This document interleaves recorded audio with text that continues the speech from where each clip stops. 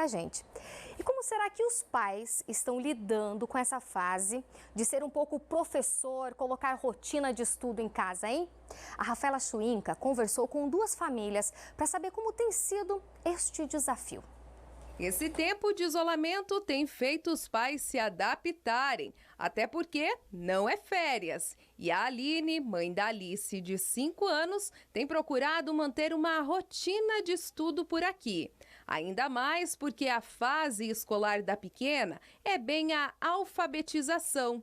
Aí não tem jeito, é preciso bastante paciência e insistência.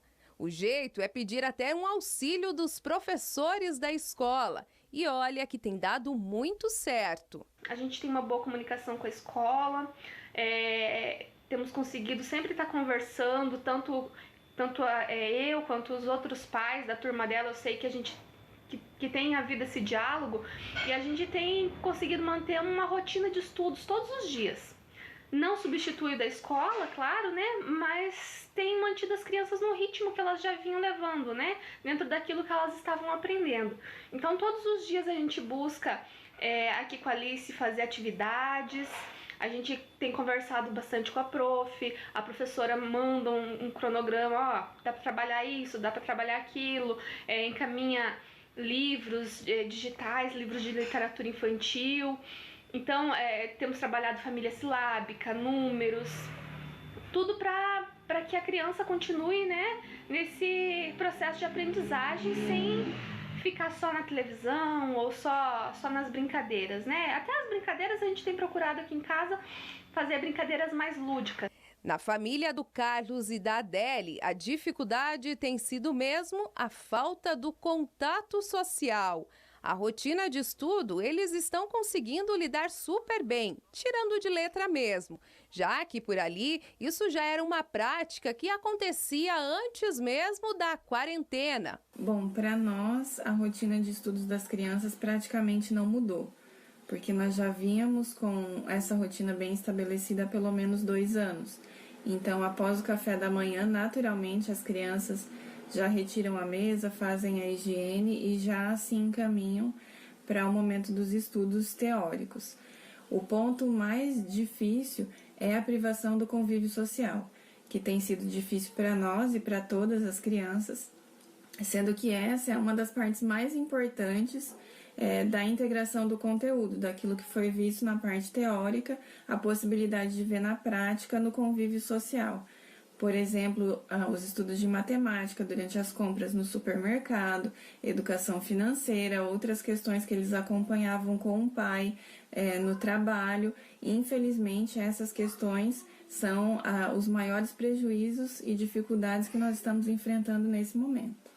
Por outro lado, como eu estou mais em casa, né, isso tem possibilitado estar mais junto. Por exemplo, auxiliá-los nas atividades físicas, né? Então, no final da tarde, eu sempre procuro fazer algumas atividades, alongamento, exercícios físicos que potencializam e ajudam eles até no aprendizado durante o dia.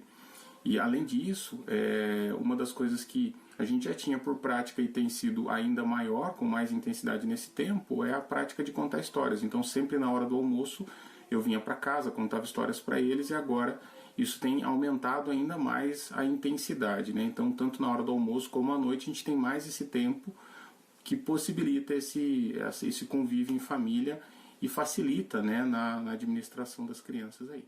Pois é, ensinar os filhos em casa realmente acaba não sendo uma tarefa muito fácil, até porque só ensinar não ajuda nesse processo, né? A gente sabe que principalmente os professores têm toda uma questão didática, tem todo esse lado pedagógico, mas para a gente entender e dar uma mãozinha para os pais que estão em casa nessa tarefa que não tem sido muito fácil de lidar, a gente está com a Gia, que é o nosso lado, que é psicóloga e pedagoga, para orientar esses pais. Primeiro de tudo, manter uma rotina. Isso é fundamental mesmo sendo em casa, né, Gi? É fundamental, porque o nosso dia a dia, Rafa, ele é organizado através da nossa rotina.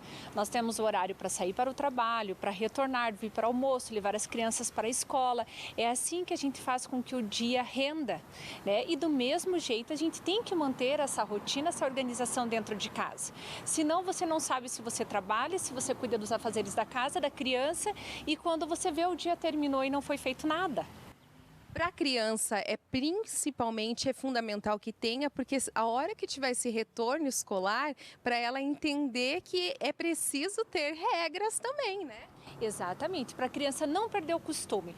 Tudo aquilo que você já estabeleceu em casa, o horário para acordar, o horário para dormir, o tempo de tela, você tem que manter. Senão a criança perde agora e você vai estabelecer depois que voltarmos à rotina, não tem necessidade.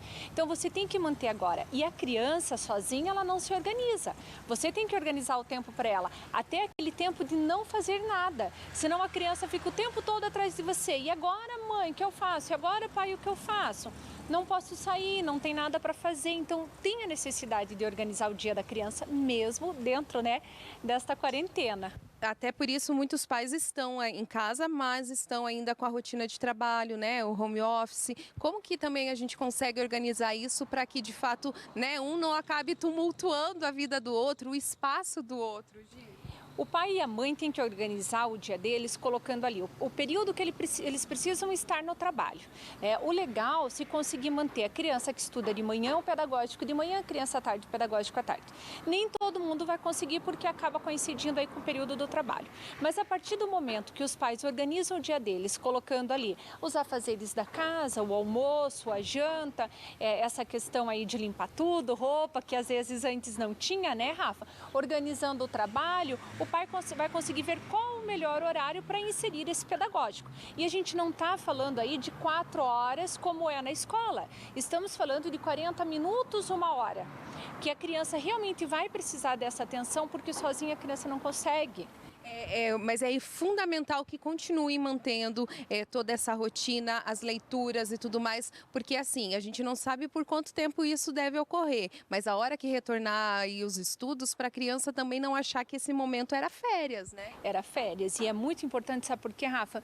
Teve o decreto liberando os 200 dias, mas não liberando as 800 horas. Então nós ainda não sabemos como essas horas vão funcionar. Se o EAD vai estar valendo aí dentro dessas 800 horas. É muito difícil porque nós temos muitas realidades aí, né? Temos pessoas que têm o computador, impressora, internet em casa, mas algumas pessoas que não têm, algumas que conseguem passar a retirar o material. Então, assim, digamos que vai validar esse EAD. Então, a criança que manteve o pedagógico e acompanhou o cronograma está em dia. E a criança que não fez, aí, né, infelizmente vai sair perdendo em relação ao colega. Então, por isso, a necessidade de se organizar, de fazer uma rotina e nessa organização manter de 40 minutos a 1 hora para desenvolver o pedagógico com as crianças. Gi, obrigada por todas essas dicas que eu tenho certeza que os pais que estão em casa, que estão tendo que ter essa nova experiência, agradeceram muito também. Eu fico super feliz em ajudar nesse caos domiciliar, né? Que foi isso que se formou, mas eu tenho certeza que isso vai ajudar muito, que cada um melhorou em algum sentido, né? É ótimo, aos pouquinhos a gente sai dessa. A Aline até lembrou que realmente ensinar não é fácil. Mas quando as aulas voltarem, que as famílias também participem mais da educação dos filhos, que não deixe esse cargo todo apenas para as escolas e para os professores. Eu vejo que só reforça a importância do professor, a importância dessa proximidade da família com a escola, sabe? De saber o que está acontecendo, saber o que o seu filho está aprendendo, porque se não fosse isso, eu não ia ter um norte. O que a minha filha está aprendendo? Em que fase que ela está dos estudos? Como que eu vou poder ajudar ela nesse período, né? Então, mesmo assim, mesmo sem as aulas estarem acontecendo nesse período, sem a gente ter uma certeza de que data que vai retornar, porque a gente vê que o importante é retornar quando for um momento seguro para as crianças, né? A gente tem essa liberdade por conhecer a rotina escolar dela, de estar acompanhando também aqui de casa. E os mais de 1 milhão de estudantes da rede pública de ensino passaram a ter aulas à distância na semana passada. Mesmo com pais e alunos reclamando da maneira como foi implementado o sistema de aulas à distância nas escolas, as atividades online devem continuar. De acordo com a Secretaria Estadual de Educação, as aulas passam a valer nesta segunda para fins de dia letivo e de conteúdo. A principal justificativa da Secretaria Estadual de Educação é para evitar que os mais de 1 milhão de alunos aí fiquem com o ano letivo prejudicado. E a gente continua daqui a pouquinho falando desse assunto de educação, né? Porque muitos pais aí não conseguiram acessar atividades online nessa manhã. E a gente, inclusive,